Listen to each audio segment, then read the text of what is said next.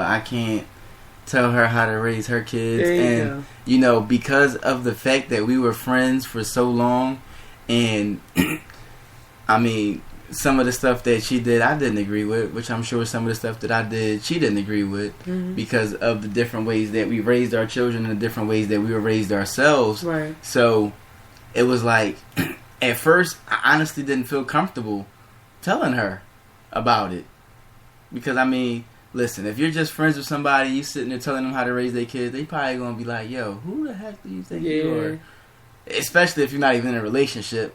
So, when we got into that relationship, it was like, all right, we just got into the relationship. Yeah. I don't want to still... I gotta wait some time. And I was saying that earlier when you were still downstairs. The time frame before you start bringing the kids around and bringing the kids around each other. And yeah, that was different with us. Yeah, I know. That's why I don't know. And everyone's different, so everyone's situation is different. Yeah. And all that. And not even each person's situation. I think each situation, period, is different.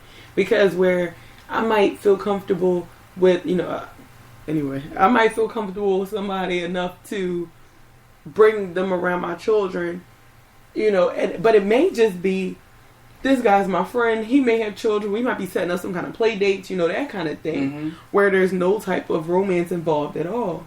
We're just going to be friends.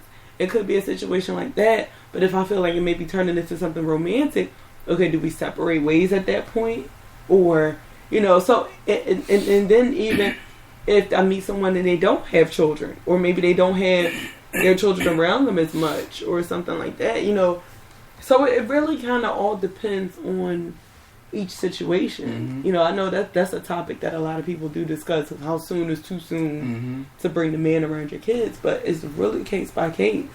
Well, Steve Harvey said on Act Like a Woman, Think Like a Man, Think Like a Man, Act Like a Woman. Act like a lady. Act like a lady, think like a man. There you go. There you go, something like that.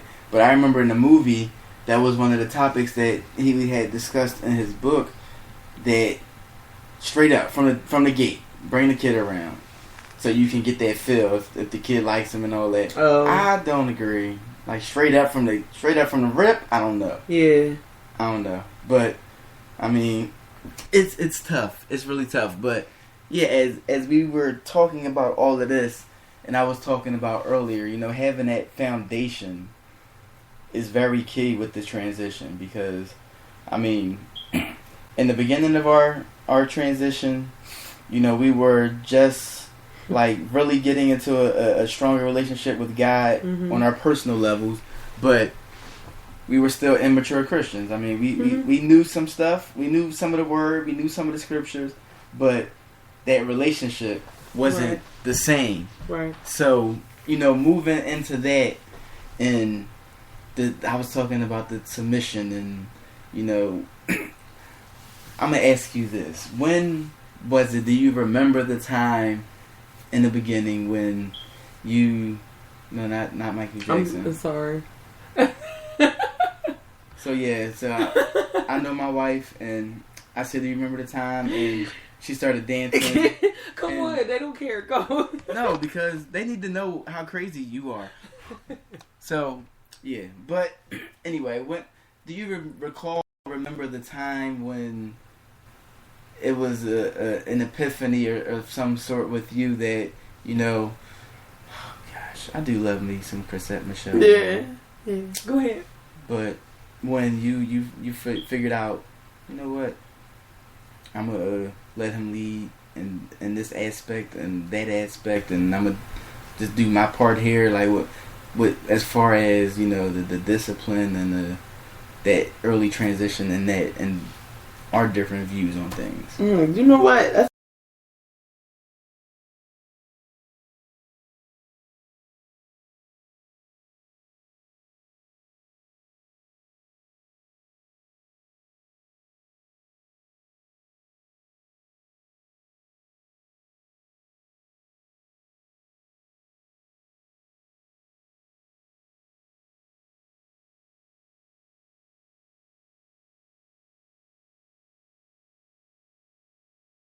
knowing what marriage was in God's eyes, and knowing how important a marriage is in God's eyes.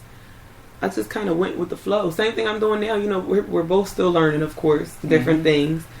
And I just kind of go with the flow. Some things I may not agree with, but it's like, all right, that's like when you look at parents and children. Kids ain't got to agree with what you tell them to do. They just better go ahead and do it, and then later on they'll see the lesson in it. You know, it's the same thing with us and our marriage and God being the parent of us. You know, He gonna tell us to do some things, and we may not want to do it, and we may get real uncomfortable doing it. But then it's like later on, you look back like, oh wow, so that's why He told me to do that. You know, so I never had a moment. And I know that you can attest to this, like I can. That moment where, you know, you did or said something that sounded just like your parent. Oh, hi, Mom. I love you. That angry moment when, you know, like you just talking about that lesson, like, yo, man, I'm going to tell you, I don't know, my mom is probably listening too, but my mom, she wasn't that old when I was born, but to me, she was just old. Like, yo, you an old lady. Like, how you going to tell me anything that I'm going through in my world? You don't know nothing. You old. You ain't never been a child. Like, it was like you have that feeling, and then it's like, yo, what did I just say? Yes. Ew. I sound like my mom. Yep. I sound like my dad. But, you know, it's just crazy. But we don't always want to see that lesson. We don't always see clearly, especially while you're in the moment. In retrospect, everything is like, like, oh, I see, I get it. And, you know, that's the same thing as Lynette was saying with our relationship with God, who is our Father. And, you know, when the Father is trying to teach you something, you know, different fathers teach you in different ways. And God, because He's the Father of all of us and all of us are different, He's going to teach us the same exact lesson in different ways. So it's the same thing with the children. So talking on that topic, in the blended family, different children, different personalities, different everything. Like, how do you sit here and like really focus on the transition of getting to really learn and understand how your significant other's children minds function? Like, how was that?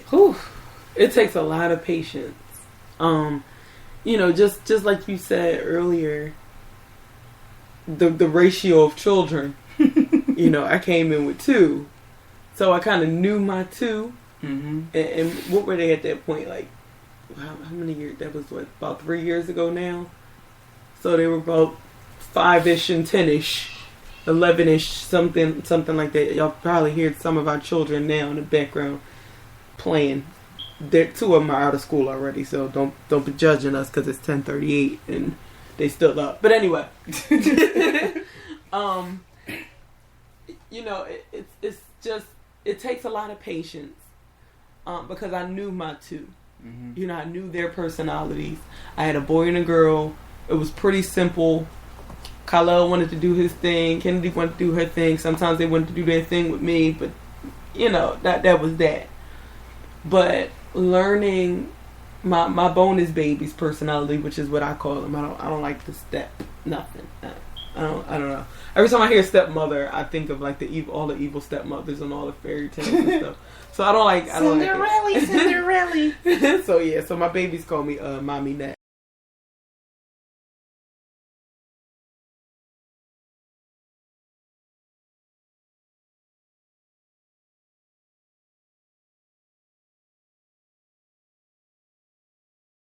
Not mom.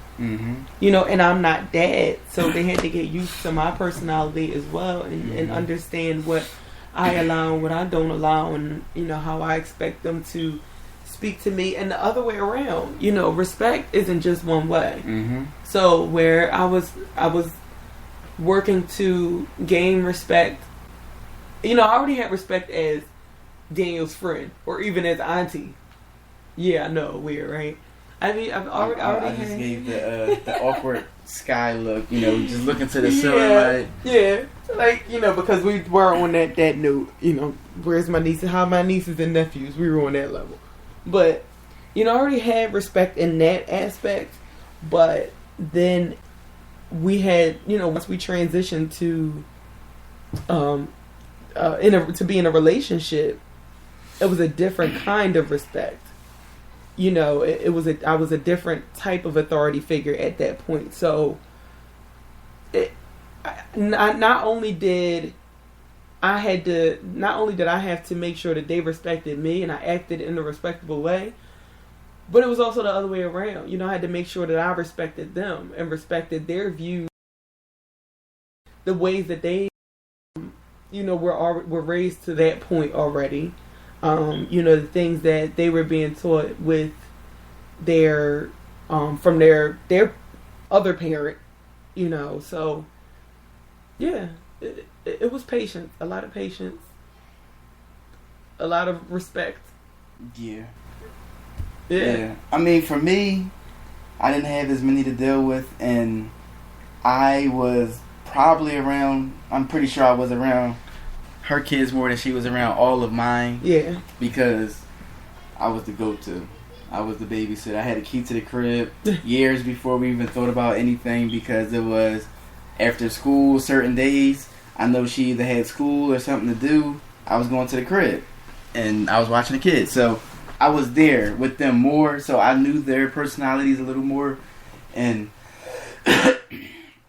because I had so many kids already, it was easy for me. It was just 2 kids. What is this? It's only 2 kids. I can do that. Sleep. I ain't gotta do nothing. But yeah, I mean, that's why our situation was just different. Yeah. It was just really different. So, but I understand, and Lynette touched on a very key point in the transition. As far as the children are concerned with the blended family, and that's the other parents. Ooh. But we're gonna save that. That's a whole nother show. Yeah, that's like a whole show. That's a whole show that we will cover this month on the topic of blended family. Yeah. But I'm trying to think, Lynette. Transition. Ooh, okay. So yeah, but before you go on. Ever since my mom called in and we started talking about, different ways you see your parent in yourself, I remember this one thing that my mom always used to say when I was growing up. It's better to have it and not need it than to need it and not have it. My mom said it constantly. And it used to irritate the pits of my soul like when I was growing up. And it was for everything. And it's so funny because then I found myself saying it to my children. Mm-hmm. Because it would be like, it's a little chilly outside, but you don't really need your jacket. And they're like, but Mom, I don't feel like carrying it. It's not even going to be cold enough. I don't need it. It's like, listen, it's better to have it and not need it than to need it and not have it. Then I hear myself like, oh. Am I really turning into my mother? Yeah, so I just wanted to get that out of there because I've been thinking about it. It's just crazy. She found a keychain with that on there too. Hey, it's a classic saying that holds a lot of weight because I mean, let's face it. If you have it, you're prepared. Yeah. Don't get ready, be ready. Yeah. That's what they say. So it's the same exact terminology, just worded differently. Yeah. But yeah, it's tough, and I can't even begin on all the different things that I hear myself saying that my mother and my father said. So I don't even want to try. And yeah, so with the transition, and as I told you guys earlier, I'm sick because Lynette transitionally likes air and I don't. So the air blows, I get sick. Air as in like a fan. Okay, guys, I'm not freezing him out. I have a fan on. It's 80 degrees, and he gets sick from that. So, whatever. So anyway, that's a transition that we're still working on. I'm trying to figure out how I can be cool and, keep my husband healthy because you ladies out there know how men are when they get sick. So, yeah. Yeah, the world's coming to an end when I'm sick. everything has to stop. I can't function. And